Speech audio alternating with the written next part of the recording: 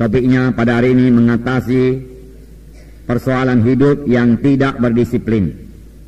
Bagaimana mengatasi orang-orang yang tidak disiplin ini? Saudaraku. Sebab minggu yang lalu kita sudah melihat menjadi murid itu harus berdisiplin. Kalau tidak disiplin namanya bukan murid. Dan kita pun tahu tanpa disiplin tidak akan berhasil. Ya, tanpa disiplin tidak bisa bertumbuh. Begitu-begitu saja, hari lepas hari, tahun lepas tahun, saudaraku, tidak memberi buah kepada Tuhan, saudaraku. Nah, dan ini, saudaraku, membuat orang tersebut gagal dalam panggilannya, gagal dalam mengikut Tuhan. Tidak heran Paulus berkata, oleh sebab itu aku melatih tubuhku dan menguasainya sepenuhnya, supaya jangan aku yang sudah mengajar orang lain terbuang. Aku melatih tubuhku, tubuhku ini tunduk kepadaku, tubuhku ini tidak bisa malas-malas ini, dia katakan. Tubuhku ini tidak bisa menderita kehendak daging. Kalau kuikuti kehendak dagingku, kemalasanku, aku akan gagal. Aku tidak berhasil, pekerjaanku terbengkalai. Tidak mau, dikatakan. Aku menguasai tubuhku ini supaya aku berhasil. Demikian Paulus berkata. Demikian juga kita, saudaraku. Amin, saudara. Ya. Kalau kita tidak rajin berdoa, saudaraku, saudara, berkat kita akan sangat minim, saudaraku. Boleh jadi hari Minggu saya bawakan kepada saudara mengenai berdoa ini, saudaraku, supaya jangan malas berdoa, saudaraku.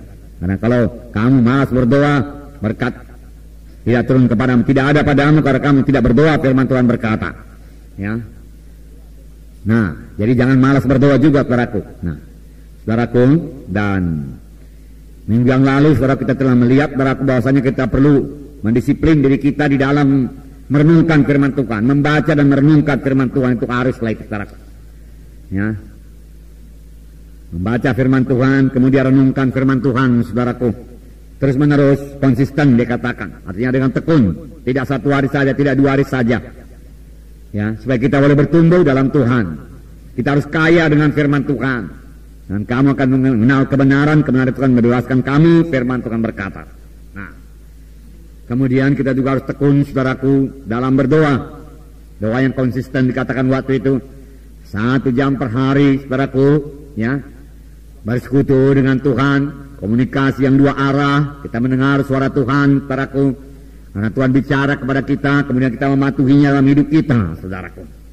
Kemudian Tuhan mendengar doa kita dan Tuhan menjawab doa kita, saudara.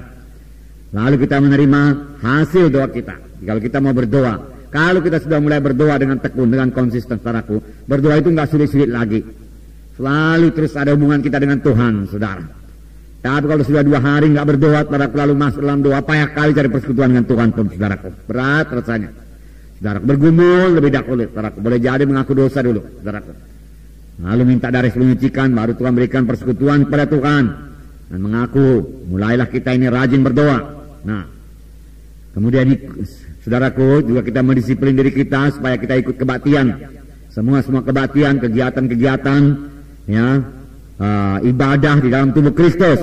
Kita tidak bisa memisahkan diri kita daripada tubuh Kristus, saudaraku. Menjadi orang Kristen gak bisa sendiri-sendiri, saudaraku. Kita harus, saudaraku, punya hubungan dengan tubuh Kristus, anggota-anggota tubuh Kristus yang lain, anak-anak Tuhan yang lain.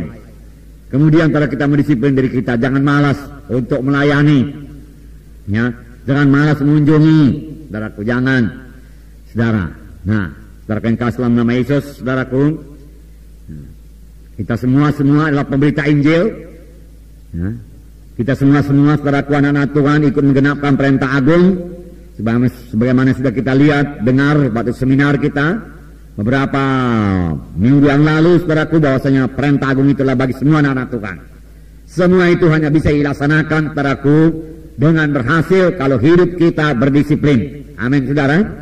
Kalau hidup kita tidak disiplin, saudaraku, ya, tidak berdisiplin, maka kita tidak akan bisa mengenapkan perintah agung dalam hidup kita. Kalau hidup kita tidak berdisiplin, saudaraku, maka doa kita juga tidak akan teratur, saudaraku. Ya. Maka kita tidak akan mengalami berkat Tuhan sepenuhnya, saudaraku. Oleh sebab itu sekali lagi firman Tuhan berkata, Tuhan Yesus berkata, barang siapa mau mengikut aku, dia harus menyangkal dirinya, mengangkat salibnya, mengikut aku.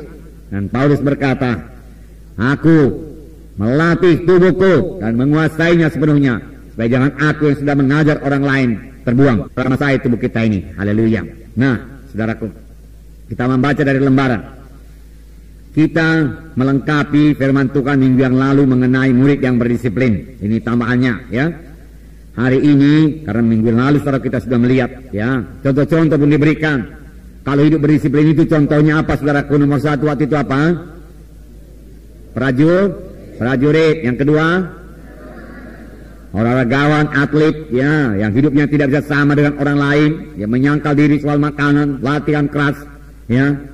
Demikian juga prajurit latihan keras karena memakai selengkap senjata ya. Memeriksa senjata yang selalu apakah semua berfungsi dengan baik, saudaraku. Kemudian saudaraku, satu contoh lagi yaitu petani, saudaraku, yang memandang ke depan, yang punya visi ya. Jika dia bergairah mengerjakan apa yang perlu dikerjakan sekarang, saudaraku. Kadang-kadang orang tenggelam dalam gol di depan itu saja. Tapi apa yang perlu dikerjakan saudaraku sekarang ini, besok, lusa, seminggu, 2 minggu, 3 minggu untuk mencapai gol itu, dia lupa, saudaraku. Ada petani tidak demikian. Karena dia melihat ke depan, saudaraku, dia akan menuai, saudaraku, 100 kali ganda. Maka apa yang perlu dia kerjakan sekarang ini, dia kerjakan, saudaraku. Dia cabut rumput-rumput, saudaraku, dia berikan pupuk, saudaraku, dan lain sebagainya, saudaraku. Dia lihat apakah ada hama, apakah ada wereng, saudaraku. Lalu segera dia tanggulangi, saudaraku, karena dia melihat hasilnya.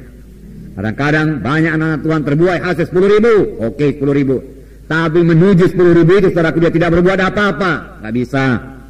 Ya, harus bekerja keras untuk mencapai 10.000 itu. Amin. SKS saudara harus berbelah, hitung, saudaraku, hitung. Ya, ini sudah berapa bulan ini, saudaraku, kita ini, saudaraku. Sejak dari tahun baru, saudaraku, sudah 6 bulan. Sudah SKS saudara berbelah, saudaraku. Nah, kalau belum, saudaraku, berarti saudara perlu lebih mendisiplin diri lagi. Amin. Ya. Jangan terus kepada visi, terus goal saja, saudaraku. Kamu mendisiplin diri kita. Nah, kita baca lembaran. Hari ini kita lihat mengenai jalan keluar bagi orang-orang yang hidupnya tidak berdisiplin. Bagaimana jalan keluarnya kalau memang hidupnya tidak disiplin? Ya, selalu terlambat bangun, malas melayani, apa kita berbuat? Ya. Tidak cukup hanya mengetahui saja, tapi kita perlu memiliki hidup yang berdisiplin. Ya, saudara tahu saja, saudaraku, seperti minggu yang lewat, perlu disiplin. Kalau tidak disiplin, maka saya akan gagal. Tidak disiplin, saya tidak bisa berbuat. Tetapi saudaraku, saudara belum juga disiplin. Nah, saudara nggak tahu bagaimana jalan keluarnya, nggak guna. Tidak cukup hanya mengetahui perlunya disiplin, saudaraku. Kita juga perlu mengetahui kalau memang kita belum disiplin, bagaimana jalan keluarnya, bagaimana mengatasinya. Amin, saudara. Ini berarti kita harus mengetahui bagaimana jalan keluar dari hal tersebut. Dapatkah kita tertolong? Memang hal ini amat sulit diatasi, saudara. Tapi dapat, amin, saudara. Dengan pertolongan Tuhan tentunya. Ya, sebab dalam Tuhan kita ini sudah menjadi kejadian yang baru. Perkara lamanya perkara baru sudah timbul. Amin, saudara. Dan Tuhan telah memberikan Roh Kudus kepada kita, di mana dikatakan, jika dengan Roh itu kamu mematikan perbuatan tubuh, maka kamu akan hidup. Jadi cukup kelengkapan diberikan oleh Tuhan. Yang perlu bagi kita, sama seperti Paulus berkata, bertindak. Latih tubuh kita ini terkuasai sepenuhnya. Nah, dalam pembimbingan pribadi kita sering menjumpai hal-hal seperti ini, jumpa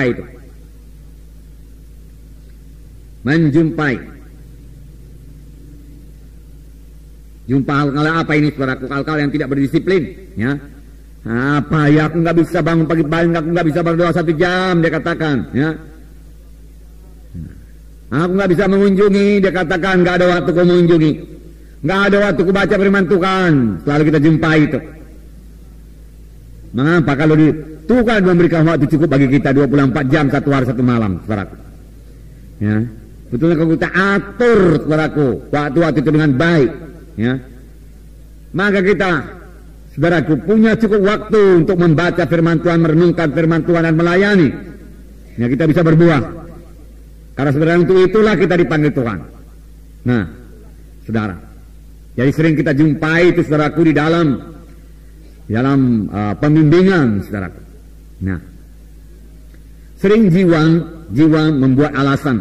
Ini memang sudah pembawaannya, sehingga mereka merasa tidak bertanggung jawab untuk berubah karakternya.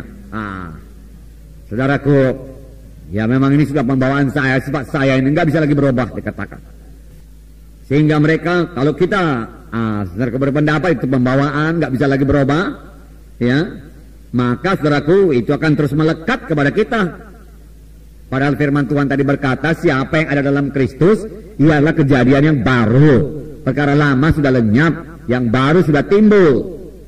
Bahkan Filipi 4 ayat 13 berkata, segala perkara aku cakap menanggungnya di dalam Kristus Yesus yang menguatkan aku, yang menolong aku. Amin, saudara. Segala perkara, segala persoalan bisa diatasi dalam Yesus Kristus, yang termasuk persoalan penyakit. Amin, saudara. Ya, karena roh Tuhan menghidupkan tubuh-tubuh kita yang fana. Haleluya.